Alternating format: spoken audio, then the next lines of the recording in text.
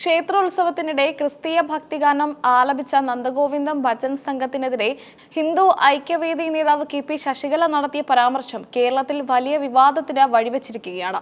ശശികലയുടെ പരിഹാസത്തിന് കടുത്ത ഭാഷയിൽ മറുപടിയുമായി യൂത്ത് കോൺഗ്രസ് സംസ്ഥാന ജനറൽ സെക്രട്ടറി അബിൻ വർക്കി രംഗത്തെത്തി. കേരളത്തിന്റെ മതേതരത്തെ തകർക്കുന്ന പ്രസ്താവനയാണിതെന്ന് അബിൻ ആരോപിച്ചു. നല്ല ഒന്നാംതരം സദ്യ തൂശനിലയിൽ വിളമ്പി 56 കൂട്ടം കറിയും ഒഴിച്ചിട്ട് അതിന്റെ അറ്റത്ത് അല്പം നായക്കാഷ്ടം വെച്ചാൽ എന്തായിരിക്കും അവസ്ഥ? സദ്യ മുഴുവൻ അത് നാറ്റിക്കും.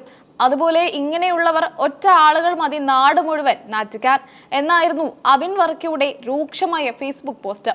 ശശികലയുടെ പ്രസ്താവന കേരളത്തിന്റെ സാംസ്കാരിക പൈതൃകത്തിനു മേലുള്ള കരിനിഴലാണെന്ന് അദ്ദേഹം കുറ്റപ്പെടുത്തി.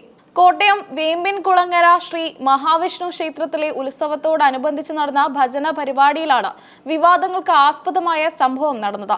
പ്രശസ്തമായ ഈ പരദേവനഹോ എന്ന ക്രിസ്തീയ ഭക്തിഗാനം നന്ദഗോവിന്ദം ഭജൻസ് പാടിയതാണ് ശശികലയെ ചൊടിപ്പിച്ചത്.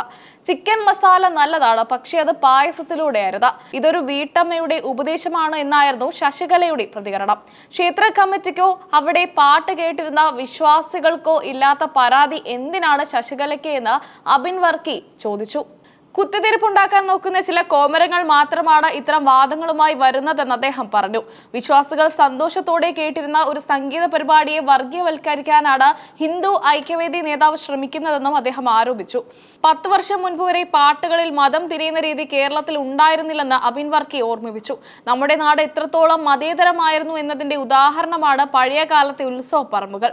ശബരിമല ഭക്തരുടെ പ്രിയപ്പെട്ട പള്ളിക്കെട്ട് ശബരിമലയ്ക്ക് എന്ന പാട്ട് തന്റെ നാട്ടിലെ പെരുന്നാളിനാണ് ആദ്യമായി കേട്ടതെന്നും അദ്ദേഹം വെളിപ്പെടുത്തി.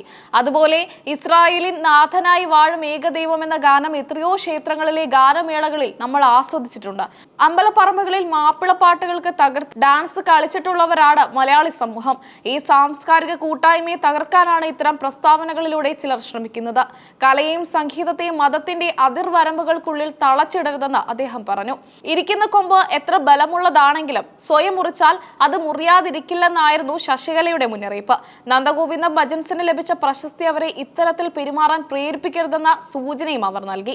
എന്നാൽ ഈ നിലപാട് കലാകാരന്മാരെ ഭീഷണിപ്പെടുത്തുന്നതിന് തുല്യമാണെന്ന് സാംസ്കാരിക ലോകം വിലയിരുത്തുന്നു. ചൂരൽമലയിലെ പ്രളയത്തെ പോലും ഉപമയായി ഉപയോഗിച്ച ശശികല നിയന്ത്രണം വിട്ട പ്രവാഹം നാശമുണ്ടാക്കുമെന്ന് ഓർമ്മിപ്പിച്ചു.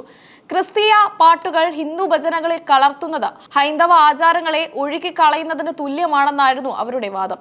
എന്നാൽ ദുരന്തങ്ങളെ ഇത്തരം വർഗീയവാദങ്ങൾക്ക് ഉപയോഗിക്കുന്നത് ക്രൂരമാണെന്ന് സോഷ്യൽ മീഡിയയിൽ വിമർശനം ഉയർന്നു.